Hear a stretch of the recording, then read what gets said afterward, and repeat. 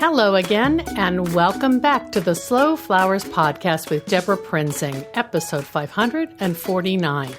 This is the weekly podcast about slow flowers and the people who grow and design with them. It's all about making a conscious choice, and I invite you to join the conversation and the creative community as we discuss the vital topics of saving our domestic flower farms and supporting a floral industry that relies on a safe, seasonal, and local supply of flowers and foliage. This show is brought to you by slowflowers.com, the free online directory to more than 880 florists, shops, and studios who design with local, seasonal, and sustainable flowers, and to the farms that grow those blooms.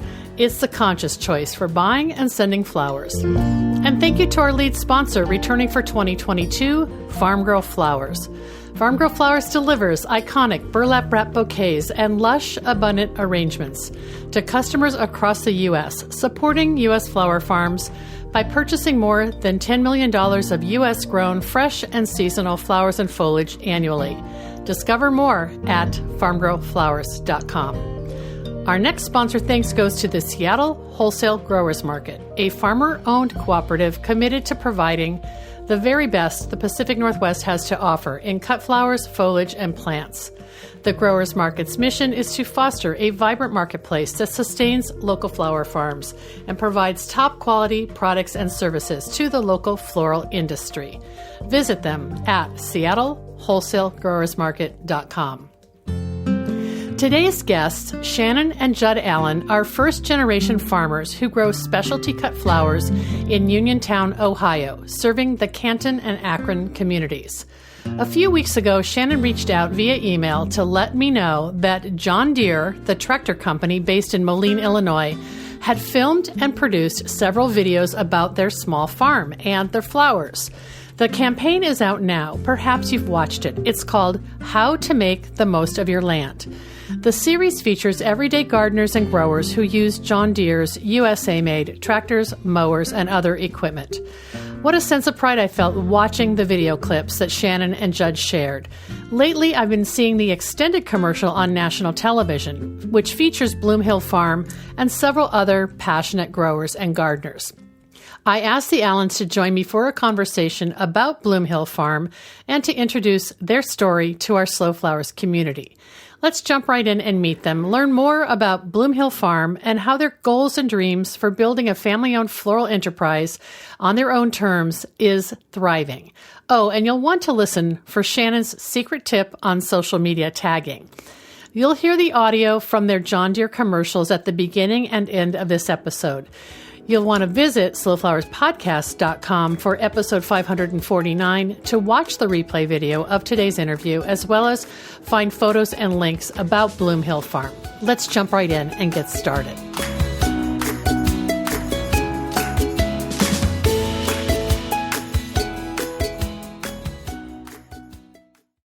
Beautiful morning. We grow 9 acres of cut flowers here on the farm. There are 7,000 dahlias alone. Tempest, Diva, Cornell Bronze. they're a labor of love. We plant so many beds. We get a lot of use out of the tractor. It's been really fun to watch the farm grow. Okay, we got a little roll call here. This is Baker, Blueberry, Sunny, Butters, and Cosmo over here. Looks like the sunflowers blooms. This is how the Allens make the most of their land. Learn how to make the most of yours at Deere.com. Wow, that is so exciting.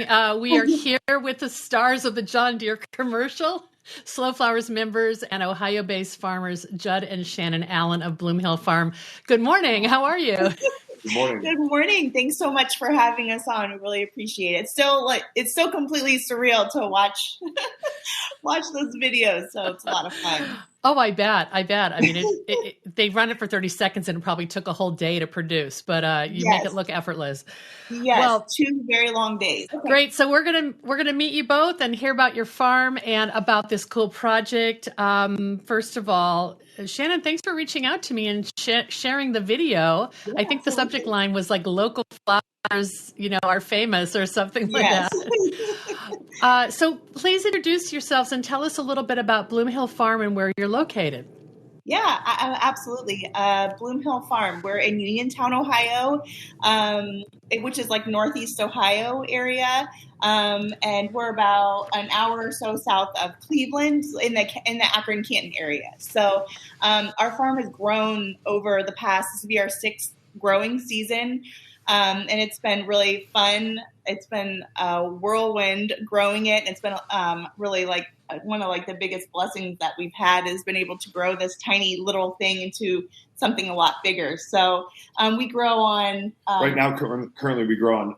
We have 14 acres now, and we grew last year on 9 acres of it. But we'll get That's into amazing. it later. We acquired some more land. Originally, our farm was only 5 acres, and we actually started out growing on 1/4 of an acre. Mm-hmm. So this is going into our 6th season here. So it's grown tremendously. Wow, that's a lot of crops. Like, what is it sounds like Cleveland's your closest urban market, but where do you sell your flowers?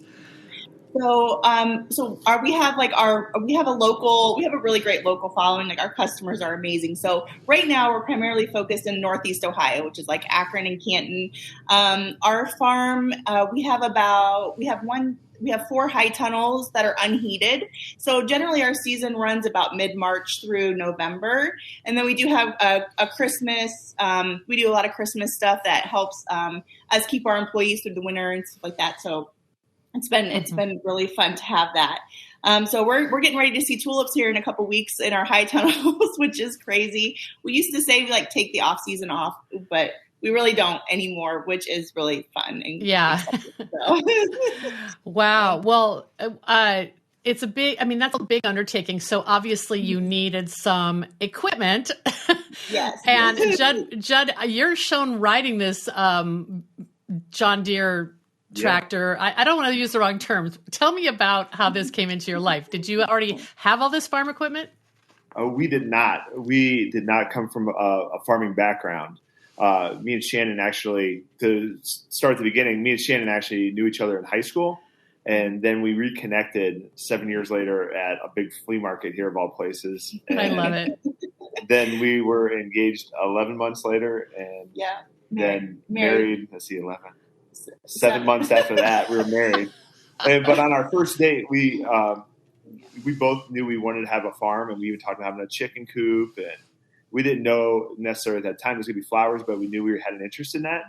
So, but we didn't grow up on a farm or anything like that. So we literally we bought an old historic house in Canton, Ohio, and we fixed it up, and we were on 0.2 acres, and it was beautiful. We loved it, but we couldn't afford a farm right from the beginning. So we bought the house, fixed it up, and then from there we bought this farm. This is the biggest place we could buy, and this was definitely not a farm. So it was very interesting getting started with that. And then so we bought our tractor, and we had 5 acres, and I thought that was going to be like all we would ever need. And then it was the biggest tractor we could afford at the time. And we wanted to support our local dealer here, so that led us to the John Deere. What is the tractor actually called, so I use the right term? Oh, it's okay. It's a 30. The model number is 3032E, and it's a compact tractor. So okay, what do you use it for, actually? Oh my goodness, is that a dumb question? We use it for so much, and it is like literally the muscle to our farm, and we use it to work up all the flower planting beds, and we actually run a plastic mulch layer off the back, and we have a rototiller, and we have a brush hog for cutting down the flowers and adding compost to beds. It literally gets a ton of use. That's so cool. So it's super handy, and we like it because it's kind of a smaller one where we can get into some tighter spots. And we also like it because it's powerful. So it's a nice tractor for us. Well, I love John Deere because it's USA made, and we want to keep manufacturing in the U.S. And I don't know, that was probably your dealer's selling point too, because they're made in Illinois, right? Yes, they are. Yeah. Yeah. I have a funny story about this. I got invited to speak to this garden club in Moline, Illinois. Okay. And it was held, it was a lecture, a luncheon, a workshop, like a whole day thing. And it was held in the corporate headquarters of John Deere. And because one of the members was related to, had a spouse who was an executive there. Yeah. And what a beautiful campus. And when you walk into the lobby, it's like an atrium filled with trees. Like it's very garden centric. And I was flying home, and I had to buy a support your local farmer T-shirt at the airport with a John Deere logo on it. So I love that. That's so cool. I should find that and send it to you, Shannon. You'll probably wear it more than I will. But that was about 5 years ago. But I always kind of had that on my radar. So when I saw the news about your commercial, I was like, oh yeah, this is in alignment with slow flowers. I mean, big ag is kind of a different animal, but it sounds like small farmers are still in their customer base, and that's why they sought you out. Yes. Yeah. I really feel like they're trying to invest more and like show really like the flexibility of a lot of their equipment, where even like a homeowner might find it useful too. So it was a lot of fun. Great. Well, we'll talk about that campaign in a minute. I want to just, I got off on a tangent. Sorry. I want to talk a little bit more about Bloom Hill. Yeah. So you have high tunnels and field grown. Are those sort of your two areas on the farm that you're growing depending on the season? Yeah, so we have about an acre in perennial production, about an acre in woody production. And then the rest of, when we originally bought our house, we farmed the first like quarter of an acre. Yeah, it was much. When we moved into this place, we already had two very young children that were 3 and 11 months. And then was pregnant with my third at that point. So when we started our farm, that's why you guys go 0 to 60 in one year. Yeah, we do. We definitely do. So it was a lot of people think like you have to have like all like the perfect scenario like completely like set up to get your farm going, and for us like we had like every obstacle kind of like stacked against us. But we just did what we could, right? Yeah. We were both working other jobs. Mm-hmm. And when we bought this place, we knew we wanted to transition this into being a flower farm.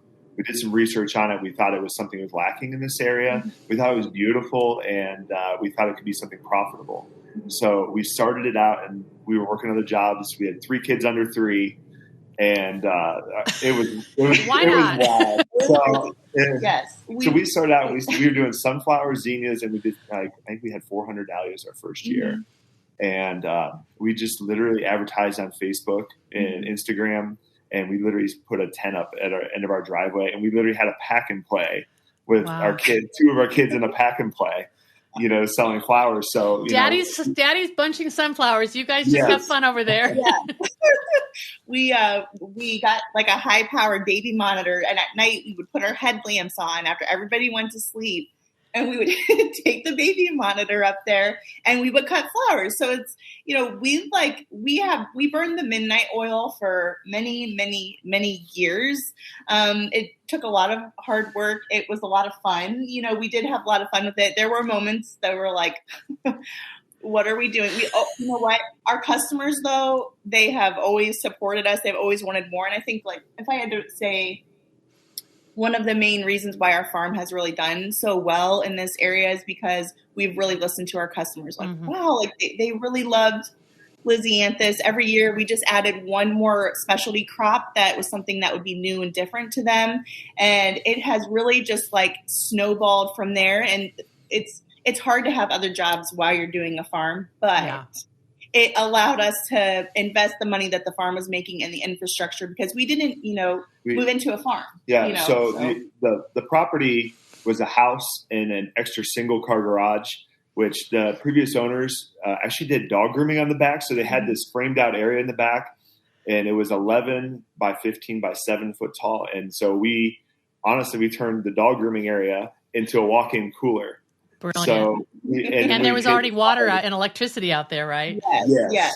So then we made our bouquets in the front part of the garage, and that's only like a 16 by 20 area. And we just this year put up a bigger barn that we finally moved out of. But we've gotten a lot out of that. We were just using what we had here, and that's the biggest thing. Yeah, I mean, there's so many things you've said that I think are super valuable for anyone listening, especially if they're considering turning like a flower, hobby into maybe an enterprise. you started on Facebook. You didn't have a website, it sounds like. You just used the organic, pretty photos on Facebook to get people excited. And the fact that you just started with a few crops, I think sometimes people just order seeds, hundreds of varieties of seeds, because of course we want to, but it's 100%. Not realistic. Right.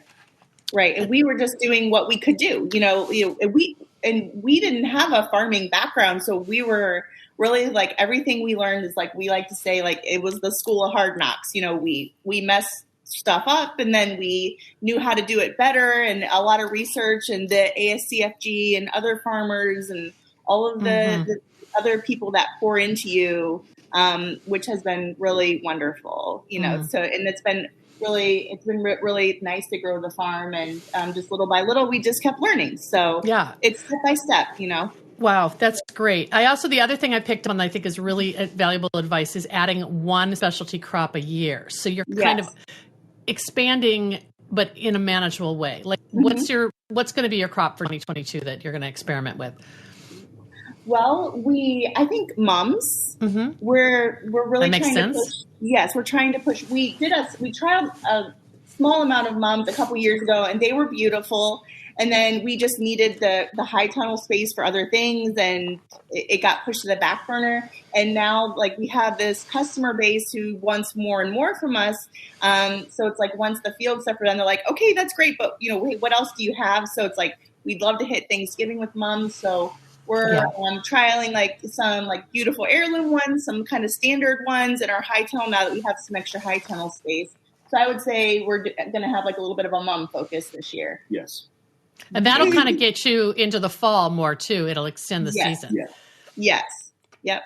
So you said you're starting the season with tulips. So those are in a high tunnel right now, ready. And they'll be harvested, hopefully by Mother's Day? Yeah. Oh, yeah. So our high tunnel tulips will probably bloom mid-March or so. Okay. We're in zone 6A. Yes. And so in a couple weeks, they'll bloom in the high tunnel. We have planted about 23,000 this year. So that's that is mind blowing. So we sell have a couple different avenues that we sell our flowers. So like a lot of specialty markets.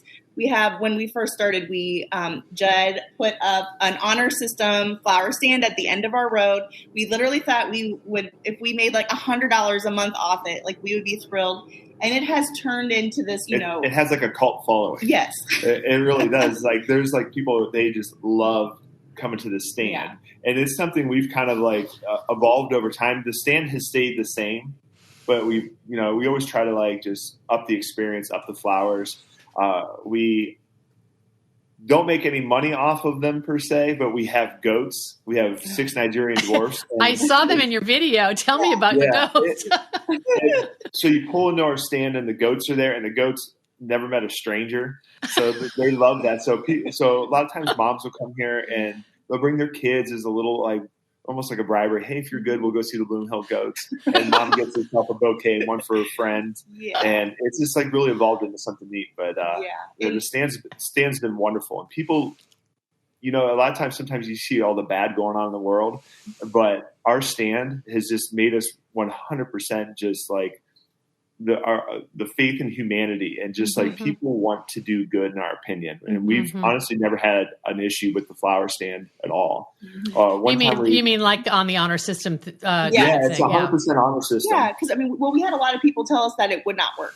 And we were like, but for us, we're like trying to find ways to sell flowers from our home so we could be with our very, very young family. So it met the need that way. And it started small, and now we sell 100, 150 bouquets a weekend out of that flower stand. Oh my gosh. Yeah. Wow. Yeah, do you have a photo of it? I'd love to share that in our show notes when we, okay. Oh, absolutely. So when we run this as the podcast, next week, we'll have blog posts, and I'll get some photos from you, because I'd like people to kind of picture your setup.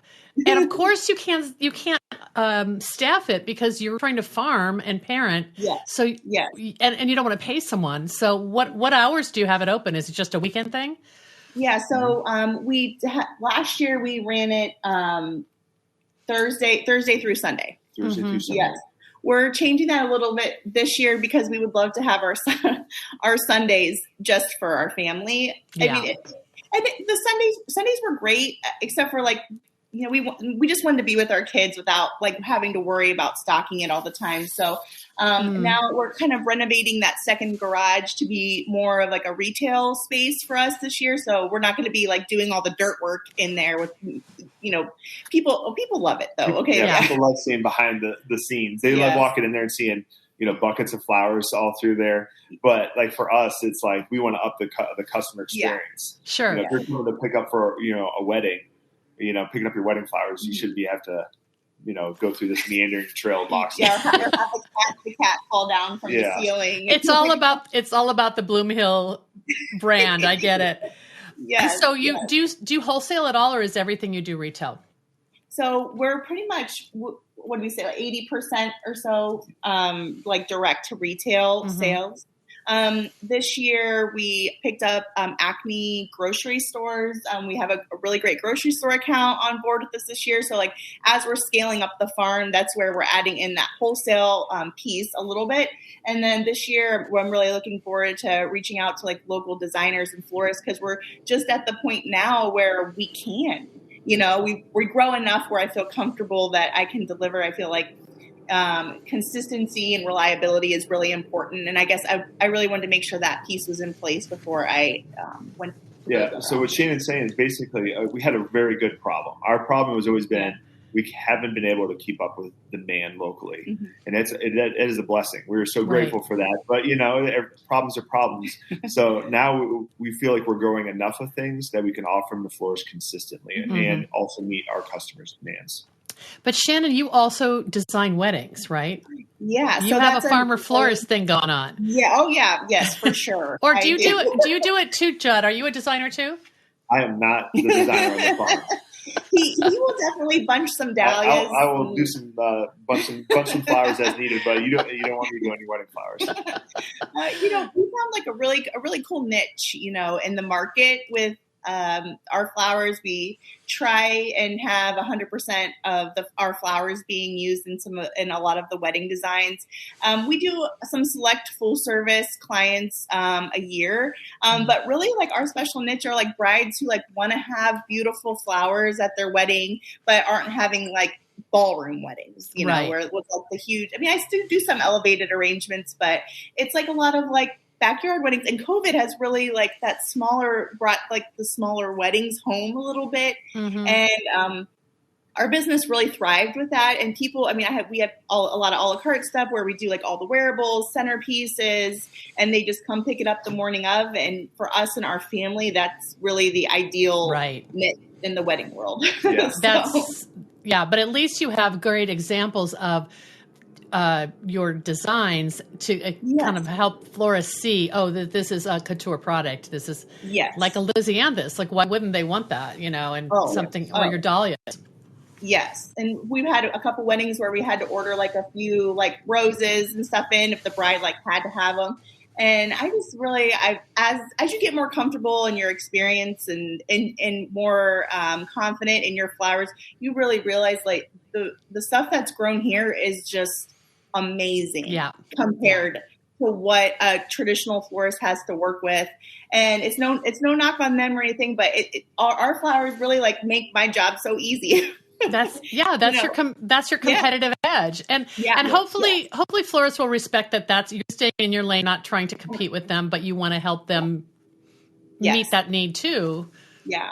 And for us, it's like educating, you know, working with florists, educating them on seasonality. And it is a different experience working with a farm. And we've had to, even with our customers, like they have grown to embrace seasonality because we don't live in that world. You know, so we're like, geez, you know, they'll want anemones in September. And I'm like, well, the reason we love anemones so much is because, you know, they leave us for a little bit. When they come back, it's really exciting. So the excitement builds with each season we enter for each crop now. So they're like, I can't wait for peonies to be here. They, you know, so I was going to ask you about peonies because you said you have perennials. Is that a big crop for spring too? Yes. So how many?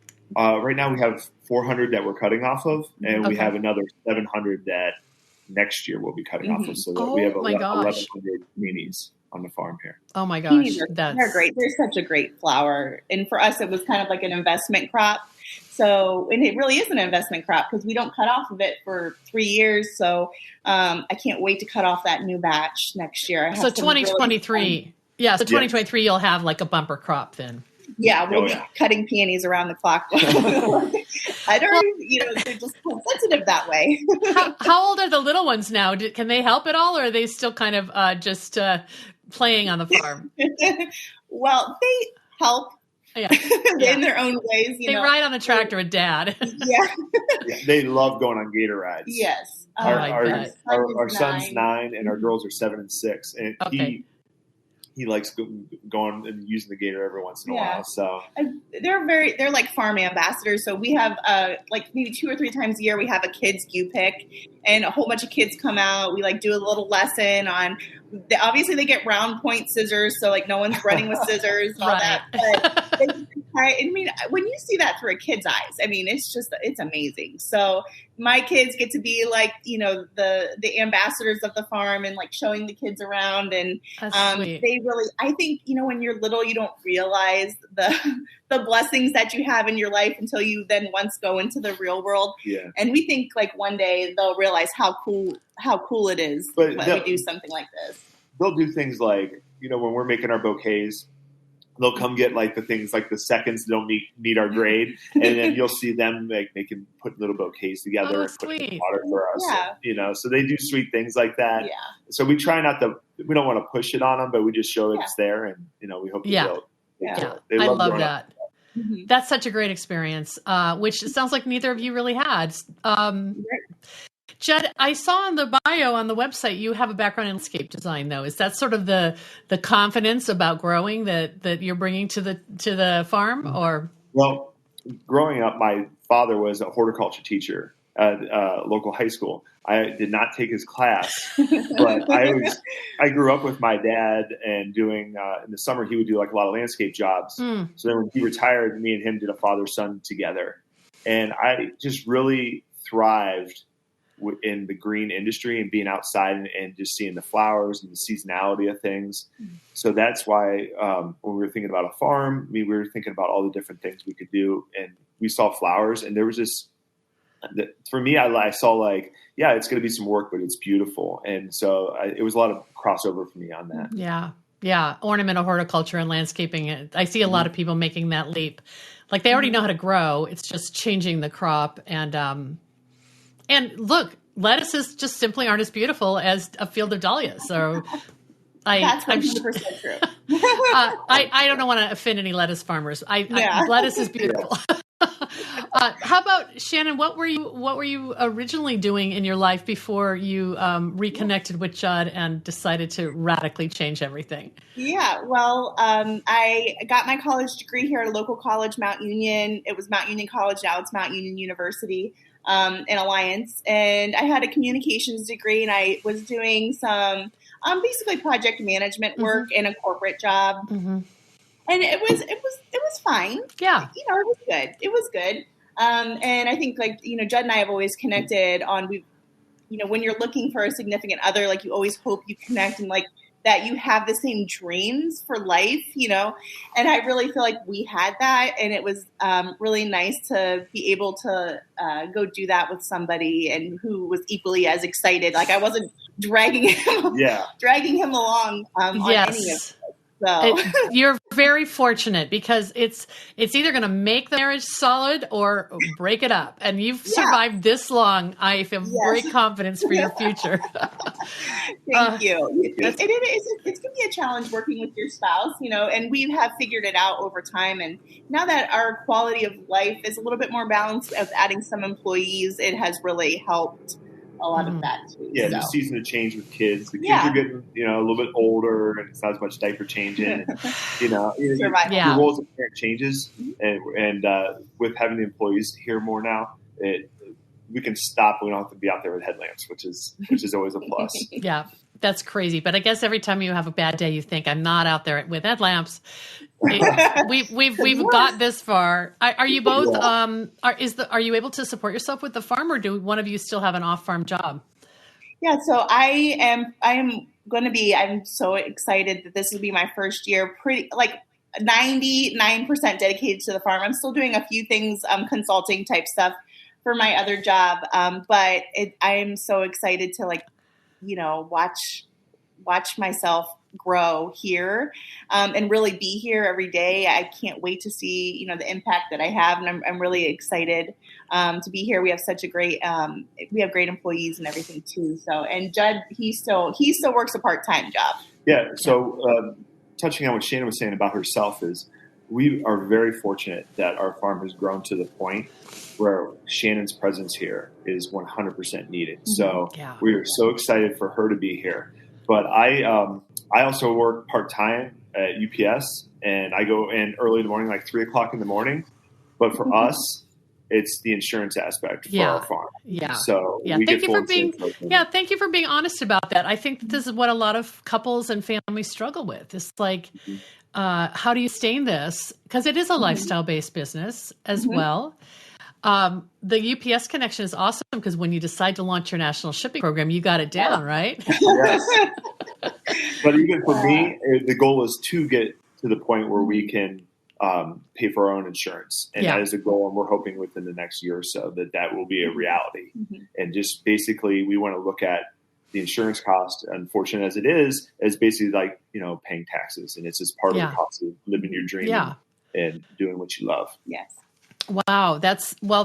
You make it look effortless. I know it's a lot of work. I know you're getting ready to just get revved up for the season, but I want to talk about this John Deere campaign.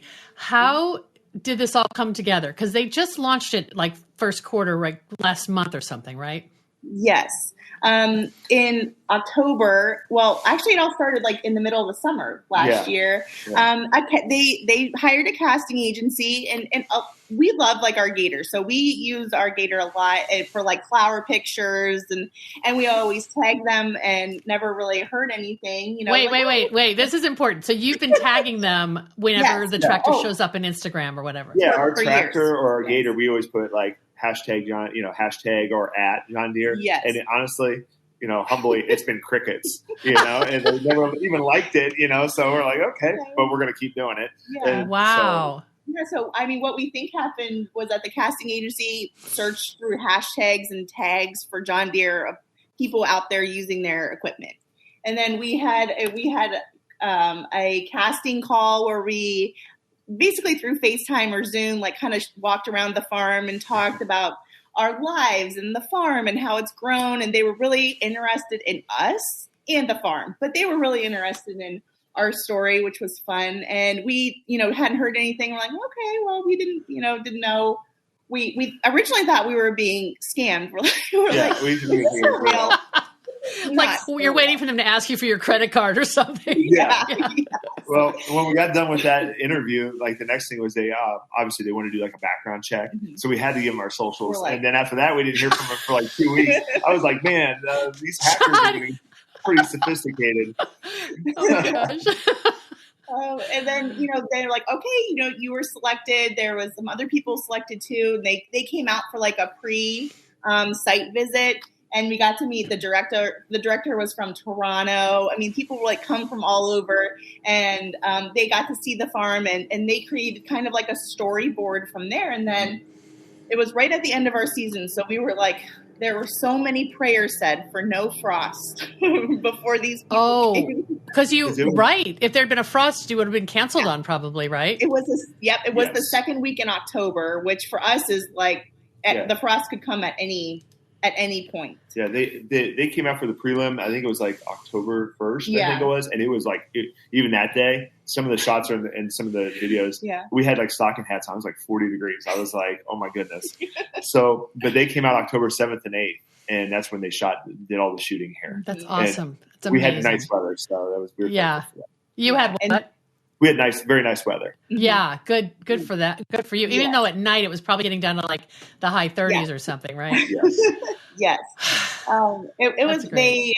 We didn't really know what to expect. But on the first day in the morning they start trickling in, and then all of a sudden there's like they descended upon your farm, and it was quite the production. I mean, they do a good job. Probably like 60 to 75 people. It was wild. It's Hollywood it comes to, Akron. I love it. Yes, are you local celebrities now? Like, do your neighbors always comment on seeing it or or customers? You know what? Honestly, when we first started farming, people they didn't understand what we were doing, really. I mean, they supported it surface level. And so I think, we like to say like, hey, now we're finally legit to our friends and family. Yeah. It's true. We want that validation, right? We want that. Yeah, also it was a national ad campaign for us to be legit with everybody else. They had to see us on TV, right? So, but we don't do it for that reason. We wake up every day. We're excited about the life we live and what we do, and so that's enough for us. Mm-hmm. I love it. Yeah, it was fun that they felt that our farm and our story and our kids and like all the things that make our day-to-day life tick was awesome enough to want to come here, spend 2 days on our farm and record some of it. So it was a pinch me moment for sure. Yeah. And they really took time to like ask us about us and talk to us and get to know our story. And, and I feel like they really portrayed what we have here in a wonderful light. Mm-hmm.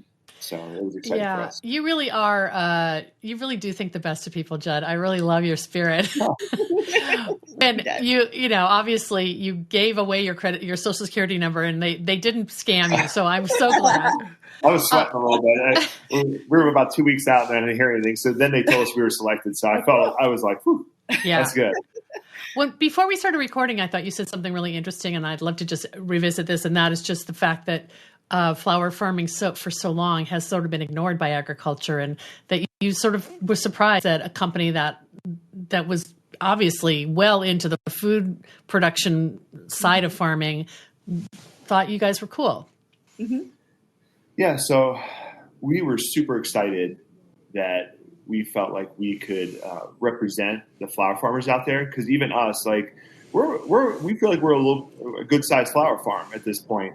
And we still get people like, when they buy flowers from us, I have a garden too. And I'm like, we're very respectfully, I'm happy you have a garden and you love your garden, but this is not a garden. Right. This is a very serious thing. Like our rows are 150 foot long. Yeah. Commercial production farm at this point. Acres and acres. It's not like a little raised bed somewhere. Yes. Yeah. Right. So we thought it was neat that they were showing that, and then that we could use our equipment in a different way, that we could make, a farm like with a John Deere compact tractor, which, traditionally agriculture, everyone feels like you have to have a 100 horsepower tractor. Mm-hmm. And so we make a lot with a little. So it's a lot of fun. That should be your tagline. Because you've done that the whole way along, and I'm really impressed. It's really fun to meet you both. I don't know when I'll get to Ohio, but I'd love to come visit. It looks like you have wonderful farm events, and this is going to be a big year for you. Anything else I didn't ask you that you want to add? Because I want to end with the one more video. No, I don't think so. We're just excited to keep growing our dream and keep putting local flowers out there and keep wowing people with the beauty that can really be produced right in their backyards if they wanted to. So it's been the biggest blessing of our life so far, and we're just going to keep doing it. We can't wait for the future. Yeah. It's grown more than we ever thought it was. We never thought it would be to this scale, and we're just super grateful that our community supports us and that people see the beauty in local flowers and they appreciate it. And I feel like we're changing the way people, at least here locally, buy flowers. And for us, that's everything. Amen. That's wonderful. Well, let's end with this clip, and people who are listening on the podcast version will need to come to slowflowerspodcast.com to see the show notes and meet Judd and Shannon and see maybe photos of their flowers, their farm, their goats, and all the cool things that they're doing, and also know how to find and follow you on social. So I just thank you for reaching out. It was perfect. It was of course, then you're on my radar, and I'm seeing your ads every weekend. So, all right. So this is called How to Make the Most of Your Land If You're Just Getting Started. So we're going to end with this clip, and I'll say goodbye to you, and then we'll run this video. Okay. All right. Thank you. Thank you.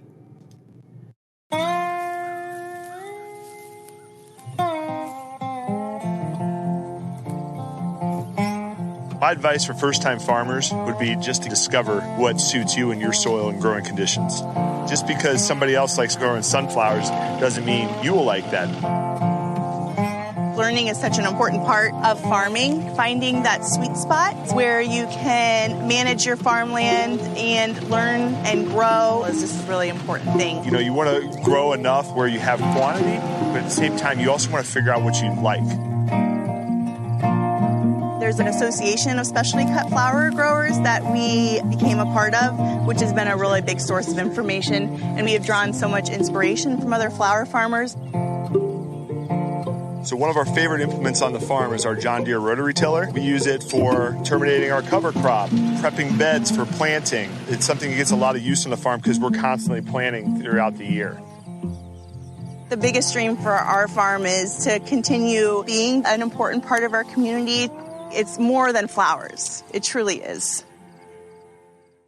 That was so great. Thank you. Thank you both. Yeah, take care. You too. Thanks. Bye-bye. Bye.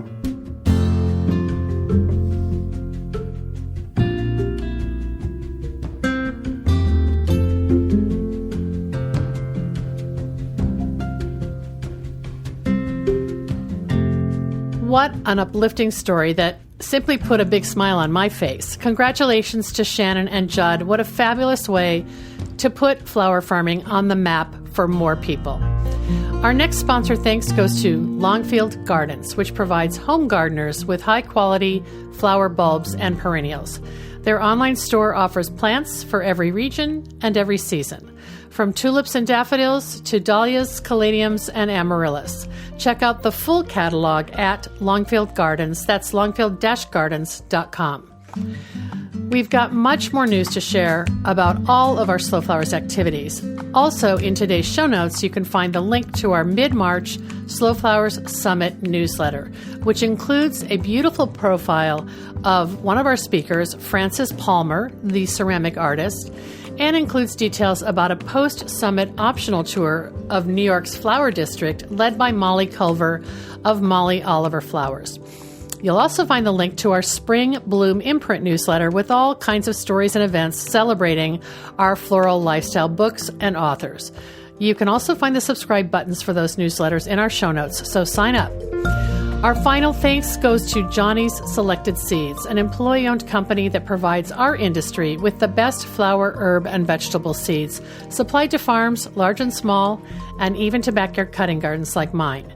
Find the full catalog of flower seeds and bulbs at johnnysseeds.com. Thanks so much for joining us today. The Slow Flowers podcast is a member-supported endeavor, downloaded more than 825,000 times by listeners like you. Thank you for listening, commenting, and sharing. It means so much. As our movement gains more supporters and more passionate participants who believe in the importance of our domestic cut flower industry, the momentum is contagious. I know you feel it too. If you're new to our weekly show and our long-running podcast, check out all of our resources at slowflowersociety.com and consider making a donation to sustain Slow Flowers' ongoing advocacy, education, and outreach activities. You can find the donate button in the column to the right at slowflowerspodcast.com. I'm Deborah Prinzing, host and producer of the Slow Flowers Show and podcast. The Slow Flowers podcast is engineered and edited by Andrew Brenlin. The content and opinions expressed here are either mine alone or those of my guests alone, independent of any podcast sponsor or other person, company, or organization. Next week, you're invited to join me in putting more slow flowers on the table, one stem, one vase at a time. I'll see you then.